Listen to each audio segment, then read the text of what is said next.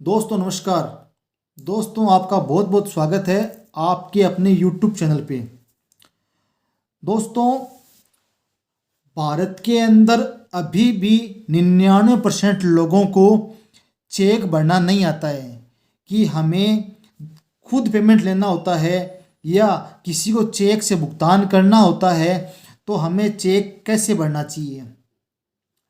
इस कारण से चेक नहीं कैसे भरना है ये उन्हें पता नहीं है। इस कारण से बहुत से लोग कई बार धोखाधड़ी का शिकार हो जाते हैं।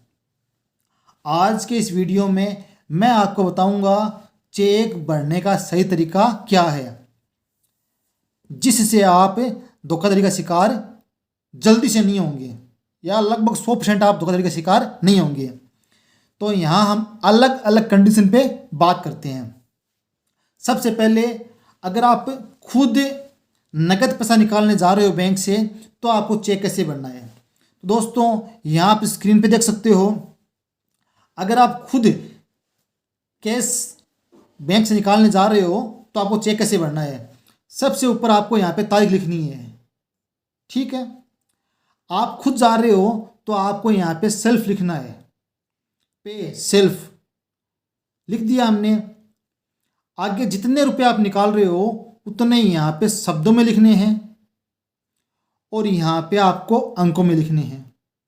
ये दो चीज़ आपको मेंशन करनी है।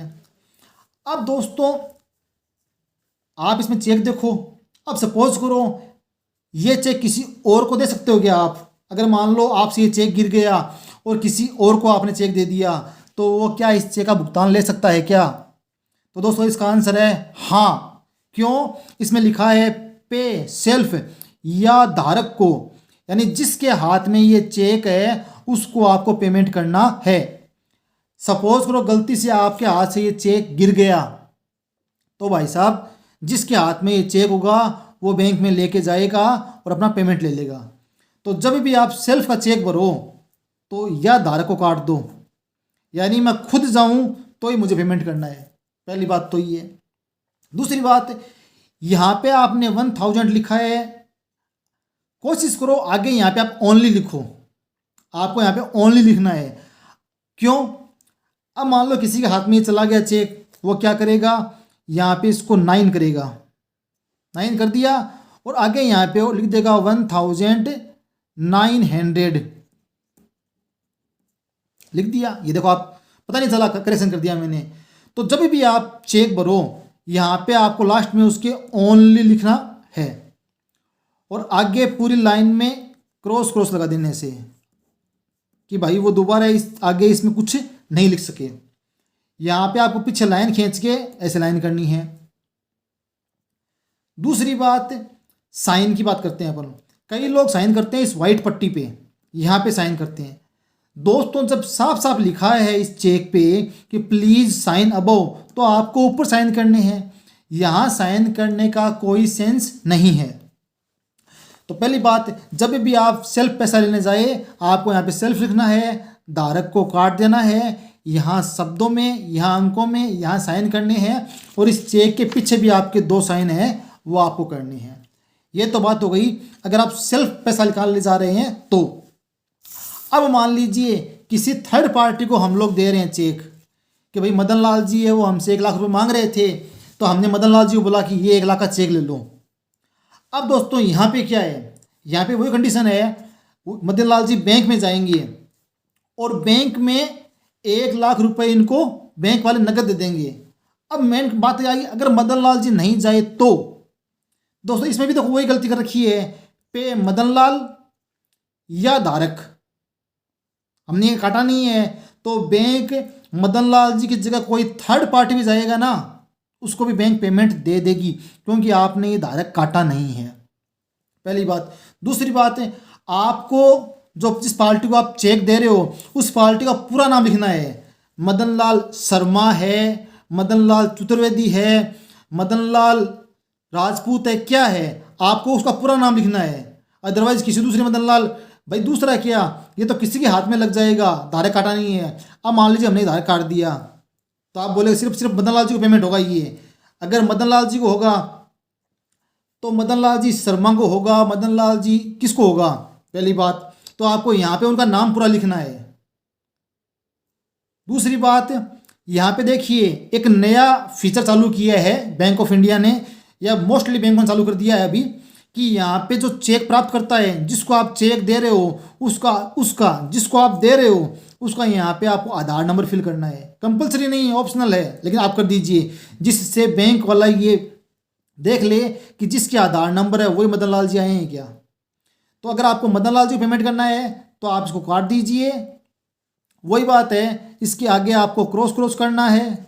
अब यहाँ पे हमने नहीं लिखा ओनली, तो आपको यहाँ पे ओनली लिख के ये लीजिए साहब। अब ये जो पेमेंट है वो मदन लाल जी को ही होगा। बैंक है, इस चेक का पेमेंट है वो मदन लाल जी को ही करेगा, क्योंकि आपने धारक काट दिया है।